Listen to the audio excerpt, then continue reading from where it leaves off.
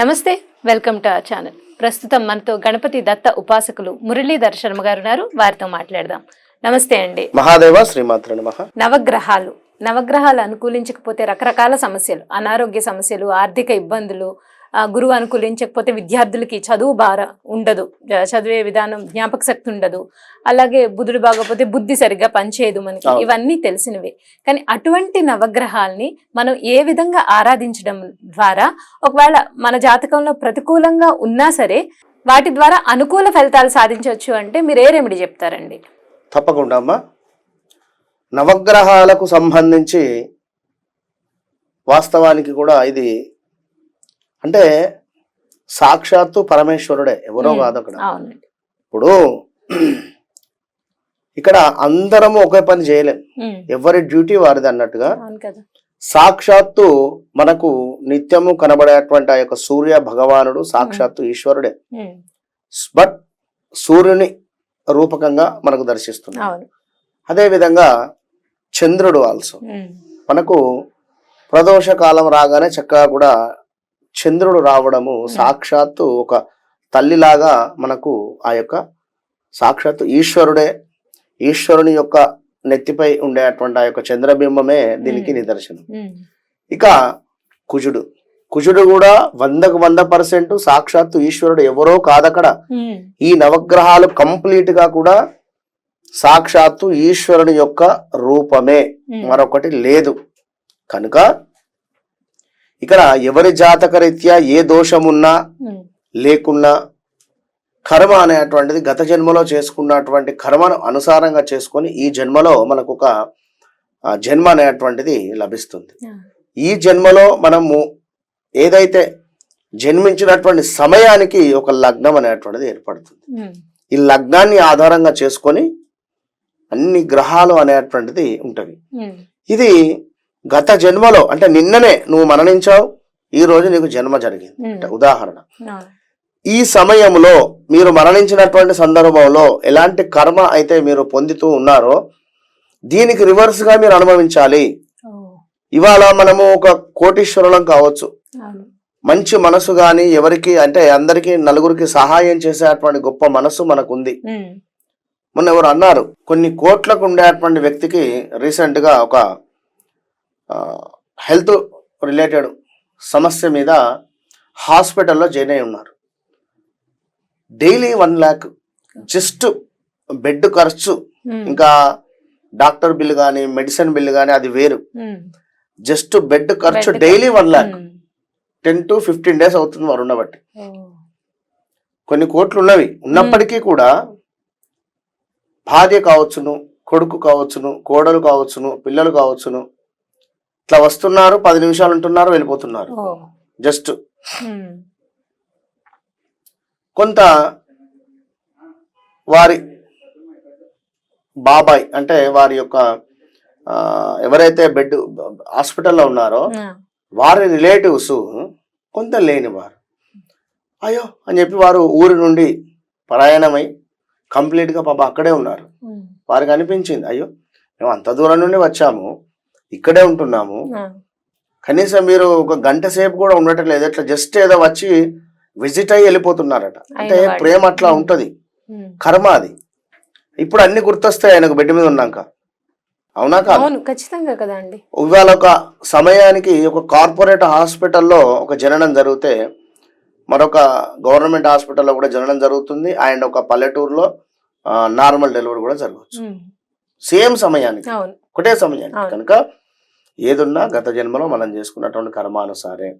మరి ఈ జన్మలో మనకు ఎట్లా తెలవాలి ఏమిటి అనేటువంటిది అంటే పర్ఫెక్ట్ గా సబ్జెక్టు తెలిసినటువంటి ఒక జ్యోతిష్కుల దగ్గరికి వెళితేనే మీకు రిజల్ట్ అనేటువంటిది ఉంటుంది. ఇప్పుడు నేను అద్భుతంగా ఒక అదేమిటి సూటో కోటో లేదా డ్రెస్సో ఏదో వేసుకొని, కుర్తానో మరొకటి ఏదో వేసుకొని, మెడలో ఒక 4-5 బంగారు మాల చైన్స్ వేసుకొని, చేతికి ఒక పెద్ద గండ బేరుండం వేసుకొని కూర్చుంటే నా దగ్గర ఏ సబ్జెక్ట్ లేకుంటే జీరో కదా. అంతే కదా. ఆకారం పుష్టి నైవేద్య నష్ట అన్నట్టుంటుంది. కనుక సబ్జెక్ట్ ఉండేటువంటి వారు పెద్దగా ఆడంబరాలకు కావచ్చును, పెద్దగా ఏది ఉండదు. కనుక వారికి కావాల్సింది సబ్జెక్టును ప్రేమిస్తారు. ఆ సబ్జెక్టు వారికి ఒక దాన్ని ఏమంటారు, ఒక బూస్ట్ లాంటిది అది. కనుక అది అర్థం చేసుకోవాలి ప్రజలు, వ్యూవర్స్. ఇక్కడ మనకు ఉదాహరణకు 9 నవగ్రహాలకు సంబంధించి మనకు ఒక అద్భుతమైనటువంటి రెమెడీ. ఇది వీరికి జాతకరీత్యా ఒకవేళ నడిచే దశ అంతర్దశలు ఏదైనప్పటికీ బట్ ఇంట్లోనే ఉండి రూపాయి ఖర్చు లేకుండా ఉండేటువంటి విధంగా వీరికి రెమెడీ చెబుదాం. ప్రతిరోజు కూడా ఇంట్లో 9 దీపారాధనలు చేయాలి. అది కూడా మట్టి పాత్రలో, చిన్న మట్టి పాత్ర తీసుకోవాలి. మట్టి ప్రమిద లైక్ మట్టి పాత్ర 2 తీసుకోవాలి. కింద ఒకటి ఎంటీది పెట్టాలి, దానిపై ఒక మట్టి పాత్ర, ఒక ప్లేట్లో చక్కగా కూడా అష్టదళ పద్మం వేసుకోవాలి. 9 దీపాలు కూడా ఆ యొక్క ప్లేట్లో పెట్టేసి అందులో మనకు మొత్తం అన్నింటికి కలిపి నువ్వుల నూనె అంటే అమ్మవారికి ప్రీతి. వాస్తవానికి నువ్వుల నూనె, మట్టి ప్రమిద అంటే అమ్మవారికి ప్రీతి. ఇక్కడ నెయ్యి కూడా ప్రీతే, కానీ ఇది చేసే సందర్భాన్ని బట్టి ఉంటుంది. సో ఇక్కడ నువ్వుల నూనె సరిపోతుంది. నువ్వుల నూనె వేసి ఒక 3 వత్తులు డైలీ కూడా, ఎందుకంటే 2 వత్తులు అయితే మనం ఎప్పటి నూనె వేసుకుంటాం, లేదా 3 వత్తులు. నేనేదో వచ్చి ఇక్కడ కొత్తగా గురువుగారు 3 వత్తులు వేయమన్నారు, 2 వత్తులు వేయమన్నారు అనుకోకుండా, మీ అత్తగారు కావచ్చును, మీ అమ్మగారు కావచ్చును, లేదా మీ పెద్దలు ఎన్ని వత్తులు వేయండి అని చెప్పారో అది ఆ సాంప్రదాయాన్ని పాటించండి. కానీ 9 దీపాలు పెట్టమంటున్నా. 9 దీపాలలో కింద ఒక ఎంటీ ప్రమిద, దానిపై మరొక ప్రమిద పెట్టేసి అందులో నువ్వుల నూనె పోయాలి. ఇది ఒక ఆదివారం నుండి ప్రారంభించి శనివారం వరకు చేయండి, ఒక వారం రోజులు కూడా. సో ఆదివారం నుండి ఆదివారం అయినా మనకు 8 రోజులు అవుతుంది. బట్ సోమవారం అంటే 9 రోజుల ప్రాసెస్ ఇది. 9 రోజుల ప్రాసెస్ లో ముందు మీరు మొదలు పెట్టేది ఆదివారం. కనుక ఆదివారం రోజు మీరు ఈ యొక్క దీపారాధన ఉదయం 5:40 నుండి 6:40 లోపు చేయాలి. ఉదయం 5:40 నుండి 6:40 లోపు దీపారాధన చేసిన తర్వాత ఇందులో గోధుమలు అని దొరుకుతాయి మనకు, లేదా వడ్లు అని కూడా ఉంటవి. మనకు బియ్యము ఈ రోజు మనం తింటున్నామంటే వడ్ల నుండే వస్తాయి బియ్యం. సో వడ్లు కావచ్చును, గోధుమలు కావచ్చును, ఎన్ని తీసుకొని ఆ యొక్క దీపంలో వేయండి. మొత్తం 9 దీపాలలో వేసి నమస్కరించుకోండి. ఆదిత్య హృదయం చదవండి. 5:40 నుండి 6:40 లోపు. ఇది ఆదివారం. ఇక సోమవారం వచ్చేసరికి యాజ్ ఇట్ ఈజ్ గా ఇదే దీపారాధన 5:40 నుండి 6:40 వరకు. ఇందులో బియ్యం పోయండి. కేవలం బియ్యాన్ని 9 మనకు దీపాలలో కూడా అంత ఎన్ని మామూలు ఒక 5 గింజలు అట్లా వేస్తే సరిపోతుంది. ఇందరా ఇక మంగళవారానికి వచ్చేసరికి మనకు చక్కగా కూడా ఉదయం 5:40 నుండి 6:40 వరకు. మంగళుడు మార్కెట్ లో మనకు మైసూరు పప్పు అని దొరుకుతుంది. దీన్ని మసూర్ పప్పు, మైసూర్ పప్పు అని చెప్పి అంటారు. ఇది ఒకవేళ దొరకకుండా మనకు కుజుడు అంటేనే మనకు కందులు, కందిపప్పు. సో కందిపప్పు అయినా కూడా అందులో వేయవచ్చు. ఇక కందులు కానీ, లేదా కందిపప్పు గాని, లేదా మైసూర్ పప్పు గాని, మసూర్ దాల్ అన్న ఎర్ర కందిపప్పేనండి, నార్మల్ కందిపప్పు గాని ఎర్ర కందిపప్పు ఏది ఉంటే అది మీరు మంగళవారం ఉదయం 5:40 నుంచి 6:40 లోపు. బుధవారం వచ్చేసరికి చక్కగా కూడా పెసర్లు వేయండి. పెసరపప్పు వేసినా కూడా బానే ఉంటుంది. ఒకవేళ లేదు పెసరపప్పు అనుకునేటువంటి సందర్భంలో ఒక 3 ఇలాచీలు వేయండి. విన్నరా? ఇక గురువారం వచ్చేసరికి చక్కగా కూడా పసుపును యాడ్ చేయండి, లేదా గంధాన్ని కూడా వేయవచ్చు. పసుపు లేదా గంధం దీపారాధన అదే సమయం 5:40 నుండి 6:40 అంతే. ఇక శుక్రవారం వచ్చేసరికి చక్కగా కూడా మనకు లక్ష్మీదేవికి ఎంతో ప్రీతికరము కనుక ఈ యొక్క శుక్రవారానికి సంబంధించి, అంటే లక్ష్మీదేవికి ఎంతో ఇష్టమైనటువంటి వారం ఈ యొక్క శుక్రవారం ఉదయం 5:40 నుండి 6:40 లోపు ఇదే దీపారాధన చేసి, ఈ రోజు ఖచ్చితంగా మనం ఆల్రెడీ కూడా ఐశ్వర్య దీపం గురించి చెప్పి ఉన్నాం ఇదే ఛానల్లో. కానీ ఒకవేళ ఐశ్వర్య దీపం ఎవరైనా ఫాలో అయితే దానికే ఇది కూడా మీరు చేసుకోండి. బట్ ఈ దీపారాధనలో గులాబీ, సెంటు గులాబీ ఉంటుంది. సెంటు గులాబీకి సంబంధించినటువంటి రెక్కలు లేదా స్ప్రే కొట్టేసేయండి. ప్రతి దీపానికి కాస్త స్ప్రే కొట్టేసేయండి.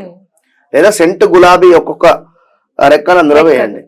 శనివారం వచ్చేసరికి చక్కగా కూడా మీరు లవంగాలు గాని నల్ల నువ్వులు కూడా వేసుకోవచ్చు. లవంగాలు నల్ల నువ్వులు వేయండి. Same 540 to 640.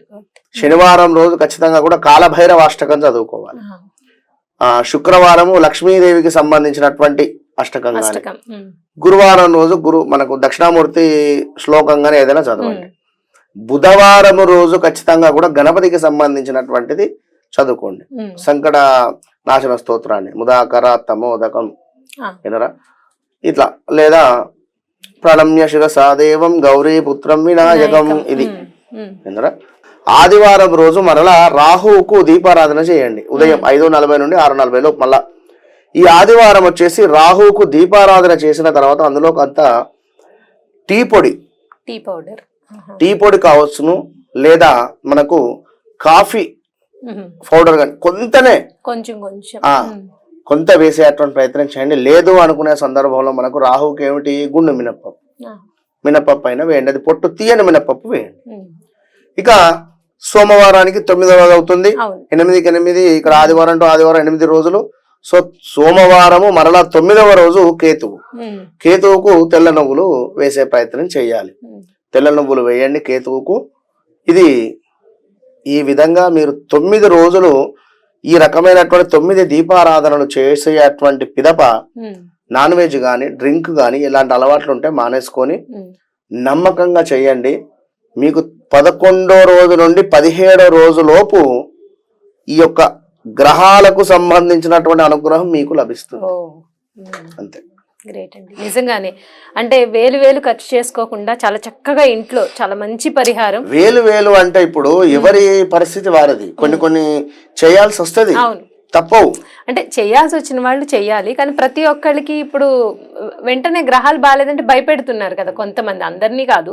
ఆ భయం అనేది లేకుండా ఇది చక్కగా ఇంట్లో సింపుల్ గా చేసుకునే రెమెడీ చాలా చక్కగా వివరించారండి. ధన్యవాదాలు.